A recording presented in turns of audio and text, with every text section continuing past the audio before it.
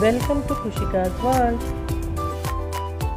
प्राचीन राजधानी चित्तौड़गढ़ का है। इसी किले के अंदर महाराणा प्रताप का बचपन बीता था। इस किले की तलहटियों में महाराणा प्रताप ने अपने गुरु से शिक्षा प्राप्त की थी। ये किला 12 वर्ग किलोमीटर में फैला हुआ है। इस किले पर जब भी विदेशी आक्रांताओं ने आक्रमण किया और उस आक्रमण में कोई भी राजा व सैनिक वीर गति को प्राप्त कर लेते तो उनकी पत्नियां वीरांगनाएं अपने सतीत्व की रक्षा करने के लिए जलती हुई अग्नि में कूद प्राणों को त्याग देती थी, जिसे हम जौहर कहते हैं। चित्तौड़गढ़ में 3 मुख्य बड़े जौहर हुए थे। प्रथम जौहर 1303 ईस्वी में रानी पद्मिनी ने 16,000 स्त्रियों वीरांगनाओं के साथ जौहर किया था, सिर्फ अलाउद्दीन खिलजी के कारण। दूसरा जौहर 1535 ईस्वी में गुजरात के शासक बहादुर शाह के आक्रमण के कारण रानी कर्मावती ने वीरांगनाओं के साथ किया। और तीसरा जौहर 1568 ईस्वी सुख सुविधा को छोड़कर अपने राजा को स्वयं का धन 25 लाख रुपए व राजकोष में 20,000 अशर्फियां देश के लिए अर्पित, जिससे महाराणा प्रताप ने 12 वर्षों तक अपनी सेना को संगठित किया, सैन्य शक्ति को बढ़ाया और मेवाड़ मातृभूमि को आजाद करवाया। कृपया अब आप सब आगे की तरफ देखिए। ये कुंभलगढ़ किला है। इस किले का प्राचीन नाम मच्छिंद्रगढ़ है। इस किले का निर्माण महाराणा कुंभा ने करवाया था। इस किले के अंदर 9 मई 1540 ईस्वी में महाराणा प्रताप का जन्म हुआ था।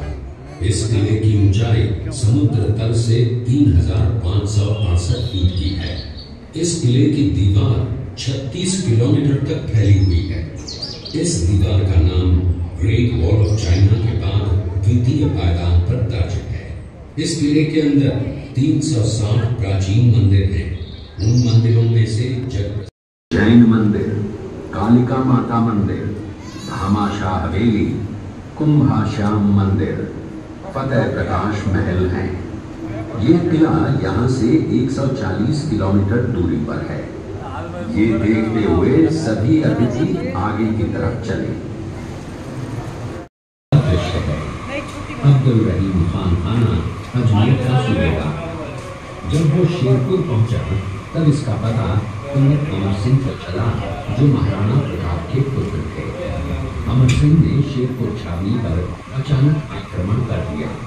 उस आक्रमण में मुगल सेना में भगदड़ मच गई। मुगल सेना को अपनी छावनियों को छोड़कर भागना पड़ा।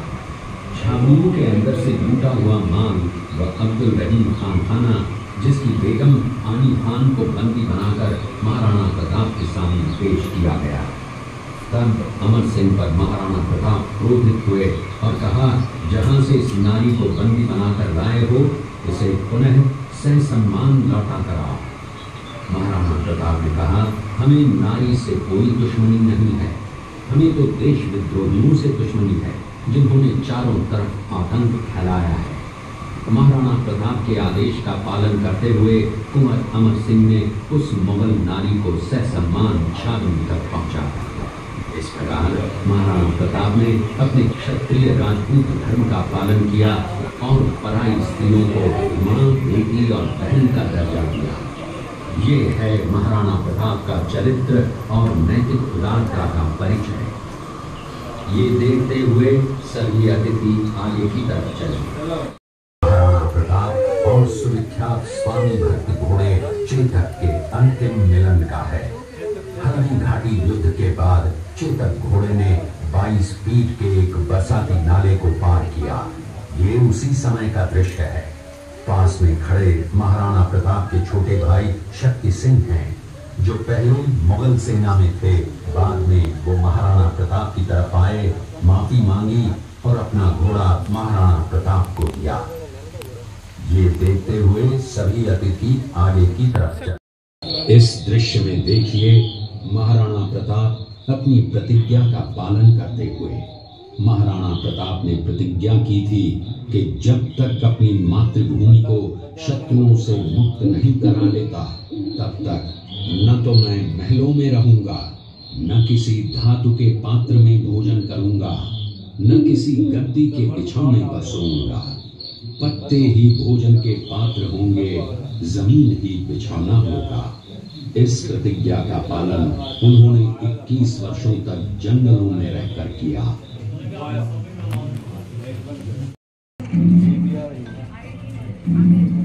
ये घटना महाराणा प्रताप की वीरता को दर्शाती है।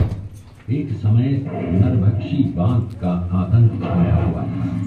महाराणा प्रताप ने उस बाघ का शिकार कर उस बाघ को मार डाला। ये घटना महाराणा प्रताप की वीरता की प्रतीक है। कृपया अब आप सब पीछे की तरफ देखिए। उसी किले के अंदर की ये घटना है। मेवाड़ की एक ऐसी मां थी जिसने अपने पुत्र का बलिदान देकर राजवंश की रक्षा की थी। उस मां का नाम पन्नाधाय था। पन्नाधाय जाति से गुर्जर थी। वो एक राजकुमार की धाई मां थी। दूसरी तरफ हाथ में तलवार लिए खड़ा ये बनवीर सिंह एक दासी पुत्र है। ये कुंवर उदय सिंह की हत्या करके मेवाड़ की राजगद्दी प्राप्त करना चाहता था। एक रात्रि बनवीर सिंह को मौका मिला। वो राजकुमार उदय सिंह के बड़े भाई विक्रमादित्य सिंह की हत्या करके राजमहल की तरफ आगे बढ़ा। इसकी सूचना पन्नाधाय को लग गई। कुछ समय तक पन्नाधाय चिंतित हुई। तभी पन्नाधाय ने अपने पुत्र चंदन को राजसी कपड़े पहनाकर पलंग पर सुला दिया और उदय सिंह को एक टोकरी के अंदर छिपाकर पत्तों से ढक के महल के बाहर निकालकर गुप्त रास्ते से कुंभलगढ़ भेज दिया। बनवीर सिंह जब तलवार लेकर राजकक्ष में आया तो उसने पन्नाधाय से कड़क आवाज में उदय सिंह के लिए पूछा तो पन्नाधाय ने चंदन की तरफ इशारा किया।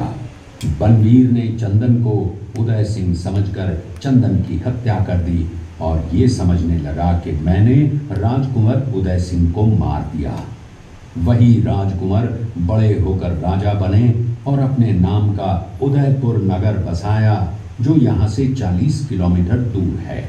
और उन्हीं के पुत्र महाराणा प्रताप हुए जिन्होंने हल्दी घाटी का युद्ध लड़ा और आज हम लोग उनका इतिहास यहाँ पर देख रहे हैं।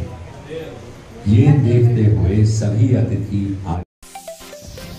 Please like, share and subscribe.